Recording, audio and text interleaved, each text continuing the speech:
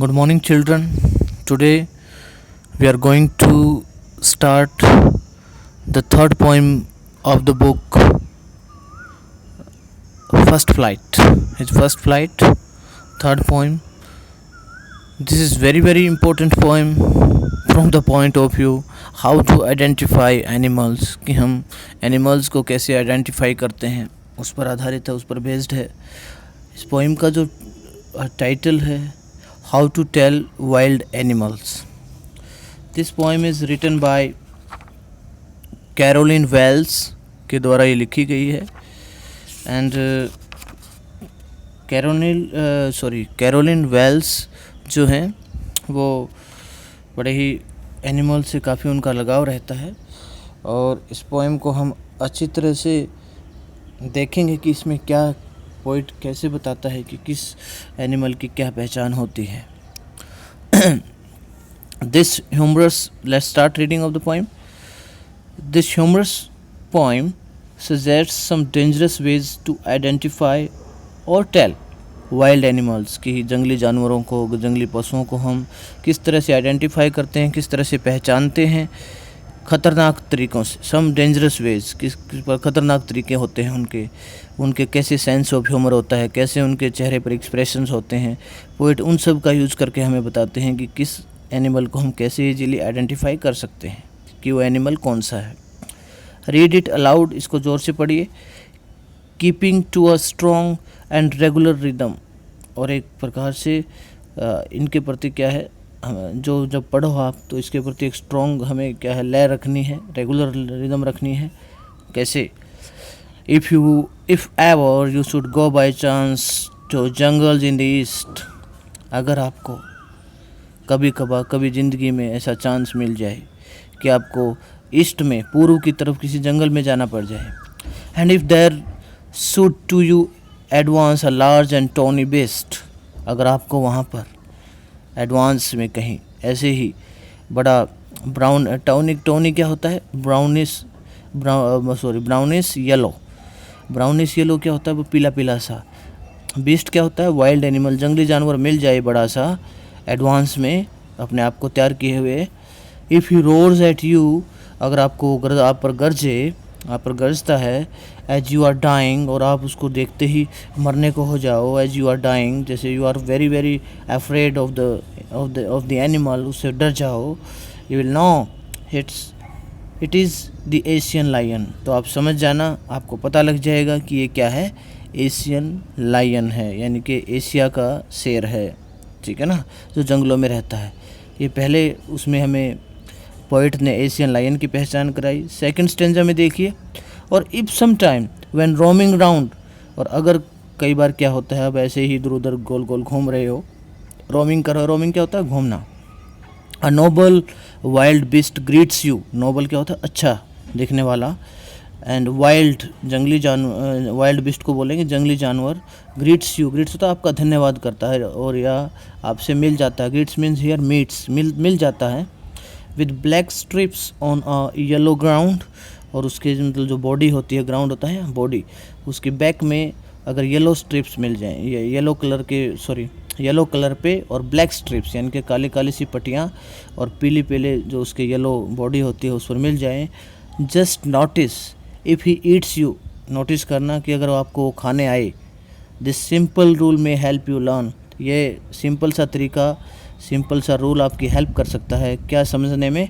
The Bengal tiger to discern क्या होता है, पहचानने में. To make out, to identify करने में. तो ये समझ जाना कि ये क्या है, बंगाल टाइगर है. सेकंड स्टेंजा में बताया बंगाल टाइगर के बारे में, हम उसको कैसे आइडेंटिफाई करेंगे पोइट ने. नेक्स्ट स्टेंजा में बताता है इफ़ स्ट्रोलिंग भी क्या होता है, टहलना.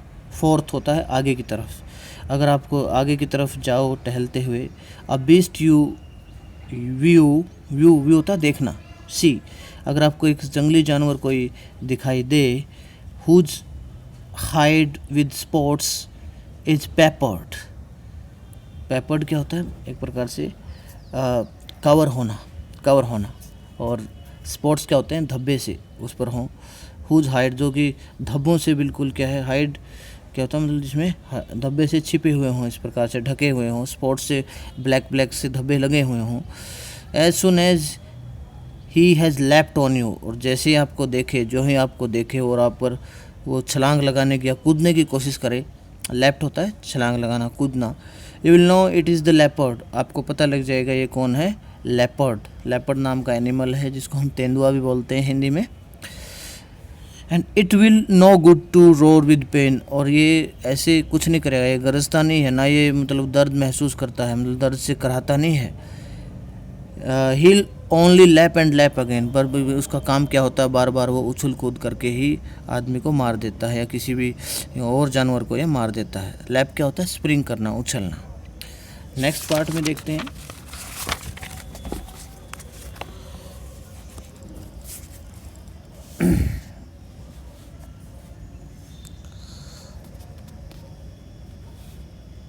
नेक्स्ट पार्ट में देखेंगे, if when you are walking round your yard, अगर आप किसी अपने आंगन में ही टहल रहे हो, ऐसे ही सैर कर रहे हो, you meet a creature there, आपको एक ऐसा जीव मिल जाए वहाँ पर, who hugs you very very hard, जो आपको गले लगाने की सोचता है बार बार।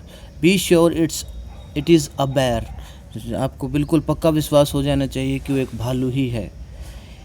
If you have any doubts, अगर आपको फिर भी कोई डाउट रह जाए, शक रह जाए इस बारे में, आई गेस, मेरा मानना है, मैं अनुमान लगाता हूँ, he will give you just one more cares. Cares क्या होता है, एक जेंटल, जिसको हम बोलते हैं जेंटल लविंग टच देगा आपको, मतलब वो प्यार से आपको, Cyrus means gentle loving touch देगा आपको, मतलब क्या है, हक करने की कोशिश करेगा।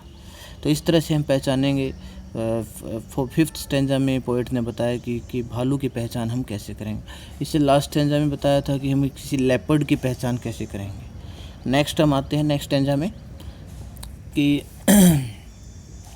दो to distinguish beast of prey, novice might nonplus, the crocodile you always may tell from the hyenas. Thus, hyenas come with merry smiles, but if they weep, they are crocodiles. यहाँ पर पोइट बड़ा अच्छा stanza है, हमको differentiate करता है, क्योंकि हमें अंतर करके समझाता है कि किस तरह से हम पहचानेंगे कि एक क्रोकोडाइल कैसे होता है, और हैना एक वो भी एक प्रकार से, जिसको हिंदी आई डोंट कन्फर्म कि हिंदी में क्या बोलेंगे उसको, लेकिन होता दिखता किसकी तरह है, क्रोकोडाइल की तरह है, जिसको हम मगरमच्छ वगैरह भी बोलते हैं, उसकी तरह ही हैना होता है, जिसको लक्कड़ बगा कुछ ऐसे हम उसके अंदाज में, आई डोंट कन्फर्म कि हिंदी में क्या कहते हैं उसको।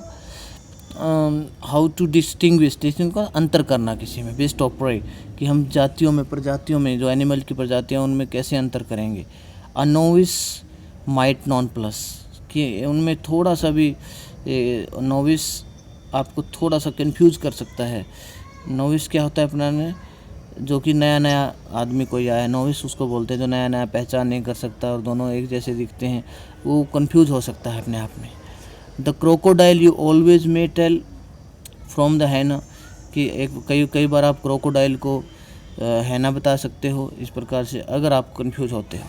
लेकिन मैं आप पोइट हमारे को क्लियर कर रहा है कि hyenas come with Mary smiles, hyenas जब आते हैं तो उन पर मुस्कुराहट होती है उनके चेहरे पर। But if they weep they are crocodile, अगर वो रोने जैसे आते हैं तो ये समझ जाना कि क्या है, क्रोकोडाइल से फिर मगरमच्छ है। यही इन दोनों में डिफरेंस होता है। नेक्स्ट स्टेंजा में लिजार्ड और कैमलियन के बीच हमारे को यहाँ पर डिफ्रेंशिएट करता है। The true chameleon is small, a lizard sort of thing, कहता है जो जिसको हम गिरगिट भी बोलते हैं ना। लास्ट स्टेंजा में बताता कि गिरगिट की पहचान आप कैसे करोगे। The true chameleon is small, छोटा होता है। लिजार्ड सॉर्ट ऑफ थिंग, पूरा जैसे छिपकली वगैरह होती है, लिजार्ड होती है हमारी, ऐसे। He hasn't any years at all, उसके कान नहीं होते हैं बिल्कुल भी, सुनाई नहीं देता उसको।